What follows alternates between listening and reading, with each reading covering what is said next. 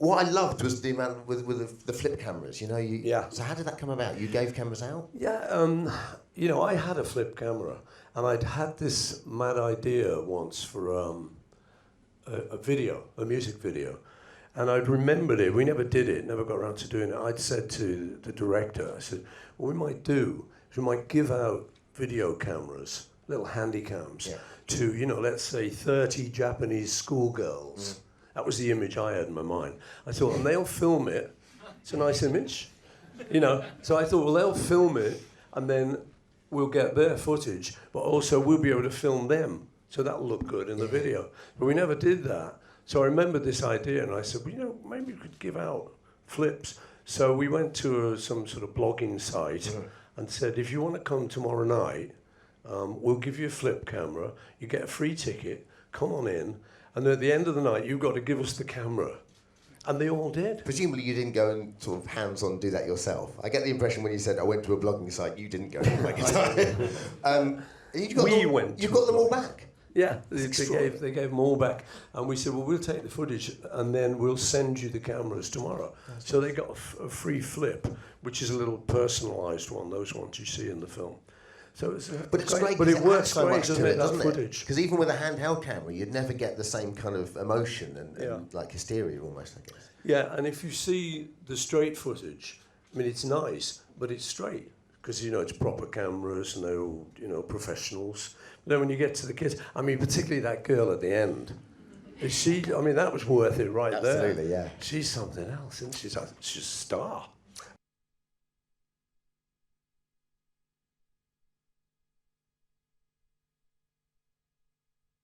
Thirty-three songs on the DVD, is that right? Yeah. And then there's another concert as well that you did.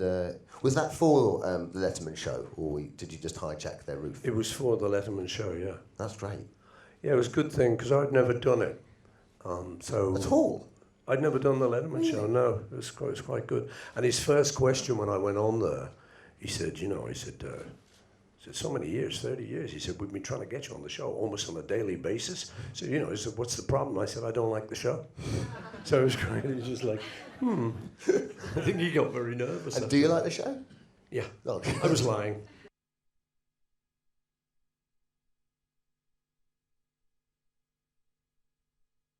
Do you have to relearn songs when you... Yeah. Do you? Constantly, yeah.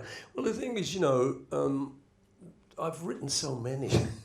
That it's not like I've written like 5 and I can just remember it. So it's like, you know, oh my God. And something like Day Tripper is a trip because you've got to play this bass line. And I never will do it. I said to people, I'm not going to even attempt that. Because with the bass, part of your mind has got to go to your fingers and it's got to go. You've got to keep that going. Then another part of your mind has got to go, okay, now you're the singer. Forget him playing that bass line, you're going to go, got a good reason. And it's completely, it's not like I'm singing, oh, ho, ho, ho, ho, ho. It's not the same thing. So it's like, oh. But then you sort of get it after a few rehearsals. Is that the one that always catches you out? That's a difficult one, yeah. I kind of learned how to do it suddenly. Yeah. So I said, oh, we'll do that one then. But it's hard because you really feel like you split yourself into 2 people. A vocalist and the bass player. Yeah. And the bass part it's a little more difficult than the average bass part. Okay, next.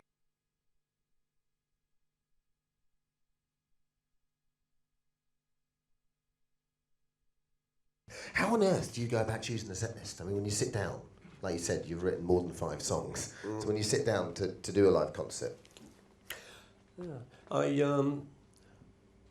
I basically, first of all, think what the people in the audience would definitely want me to do. So, like, Hey Jude, probably, it's like, it's going to be difficult to leave that one out, you know. So I do those songs. Do you do it yourself, or do you get someone else in and go, just do it. What do you reckon? Do you sort of take a straw? Well, I do it first of all, and then, so there's that main list of sort of must-sings. Yeah. Then there's the next list is ones that I fancy doing. And in those, sometimes, things like Day Tripper that we've never done, or I'm Down, that even though they're all songs, I've never performed them. Then there's things like The Fireman, thing like Sing the Changes in there. I just want to do that. Yeah. It's a nice song to do. So that becomes a big list of all the stuff I think we might do. Then I take it to rehearsal, and then Wix, our keyboard player, starts to shout at me and tell me, you can't do that. And I say, no, I can't. I'm the boss of this group. Yeah. It's my group. He must know that, surely. He does. Okay. No, but we have a friendly discussion about it, you know. And we're always trying to leave stuff out to give ourselves an easier time, but then we put them back in again.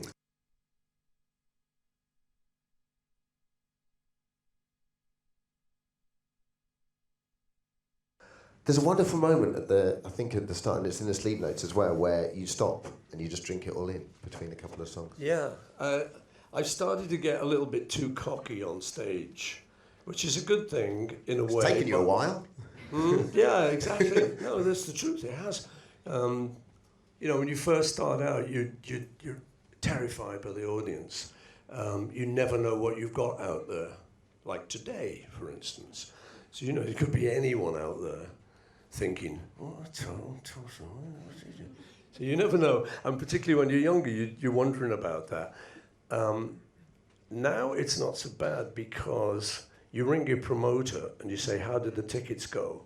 And he says they sold out in 6 minutes. So you go, yeah, they want to. I like these people, and you know, and they like me.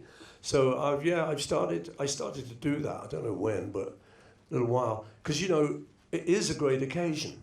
It's amazing. I'm in City Fields. Mm-hmm. No one's ever played it before. I'm here. I'm loving it. I'm a tourist in America. Yeah. I got my band. I got all these people out here. So I've started doing this thing. So excuse me, but I'm just going to take a minute to drink it all in, and I just sort of. Well, it's kind of nice because especially if the audience are appreciative of it, because it's so hard not to live in the exact moment and not to actually look around your surroundings and go, wow, you know what, I've done pretty well for myself. Yeah. I'm having a really good time tonight. Yeah, that's it. You know, I mean, I've never dared to do it, you know, and I say I'm sometimes wonder whether I ought to dare to do it, but then I thought, the hell, it's my show.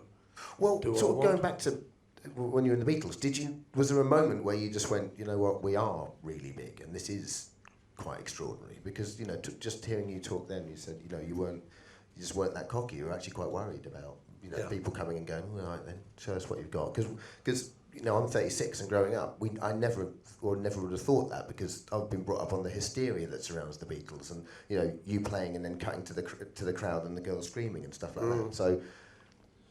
Yeah, I can't remember like when it happened, but I think, you know, when we got really famous, maybe when we were famous in America, you started to think, you know, yeah, we're probably pretty safe now, you know. But no, in the early days, I remember being in Wembley. They used to have a thing called the NME Poll Winners Concert, where the owner of the NME used to get all the acts, the Stones, us, you know, everyone, all the top acts, to come and perform for nothing. I thought that was good. He took all the money and we all went, thank you. I thought it was a good deal. Anyway, so I remember being on the steps of Wembley Town Hall, literally getting ill with nerves and thinking, I've got to give this business up, you know, this is no good. And how far into your career would you have been when that happened? Wembley Poll Winners Concert, that would be, I mean, we were a hit, we wouldn't have got invited. But it would be a couple of years into the Beatles' career. But it was quite nerve-wracking. I mean, in the very early days, we played like a place called Stroud. Have you ever been to Stroud? Terrific. Or don't go. No, it's lovely, actually. But did you ever play in a gig and you bombed, or no one looked interested and you just thought, oh, I'm going to jack this? Did you ever play in a gig, so, you know, with the Beatles and early on where it didn't go well and you just thought to yourself, well, that's what I'm saying. At Stroud, we went to Stroud one day and like hardly anyone showed up for a start, which was not wonderful. Mm-hmm. And then they used to have these guys called Teds, you know, Teddy boys, the louts kind of thing, and they'd all kind of come along, you know, just trying to pick up girls, really. Never weren't worried about us. And they started throwing coins at us. What, mate? Stroud. So we ended up picking them up. Can you imagine? That's one hell of a claim to fame, isn't it? I coined McCartney as a teddy boy. You know, a couple of shillings richer. But sort of going back then, when you was it America? Was it that moment where you touched down and you saw the screaming fans? You just thought, dear God, we are big over here. It's extraordinary. Yeah. I mean, we didn't know till we landed at JFK, which was then called Idlewild. I'm not sure why, but no. Somebody said on the way over, you know, the pilots talk to each other. They talk to the airport. Obviously, can I come in? Yeah. And so the word got round. They said, "There's a big crowd there." They're what we said for us. So we just come out the door, you know. Bloody hell! Fantastic. Hello. How are you?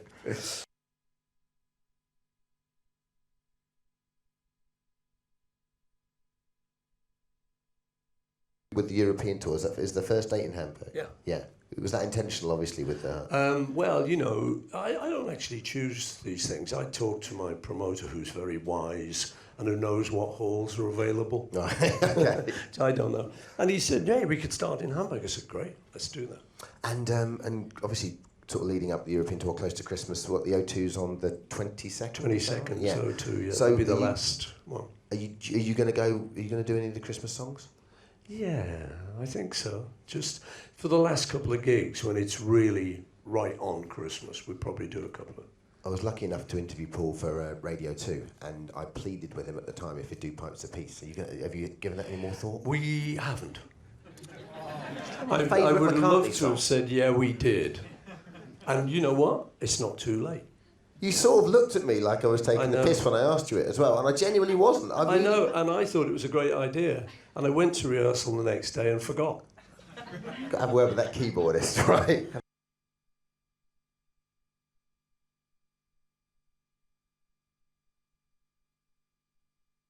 When you get to tour, do you still can you experience a city? Can you go and have a day around there? Yeah, a little bit. It depends how long you're there for. If you're staying over and you've got the next day and you're doing a gig that night, then you can normally have a little look around, which is nice.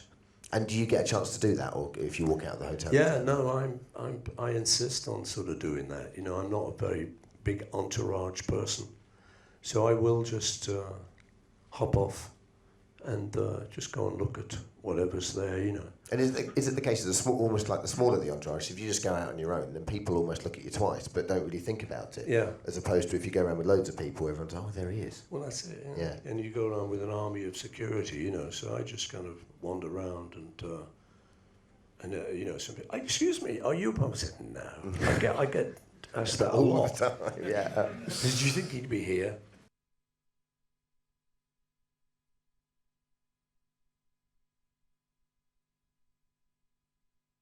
I suppose with any artist, that's quite cyclical, isn't it? Because I suppose when you finish with Wings and you started doing your own stuff, then for a while you probably didn't want to perform the Wings songs when you're performing live. You always want to inject your new stuff into it. Yeah, you know, you go through a phase of thinking, no, this is my new album and I'll play it. But it's when the people walk out, you start to think, maybe I better throw in a Beatles. That's a dream of mine. You know, you get these recurring dreams.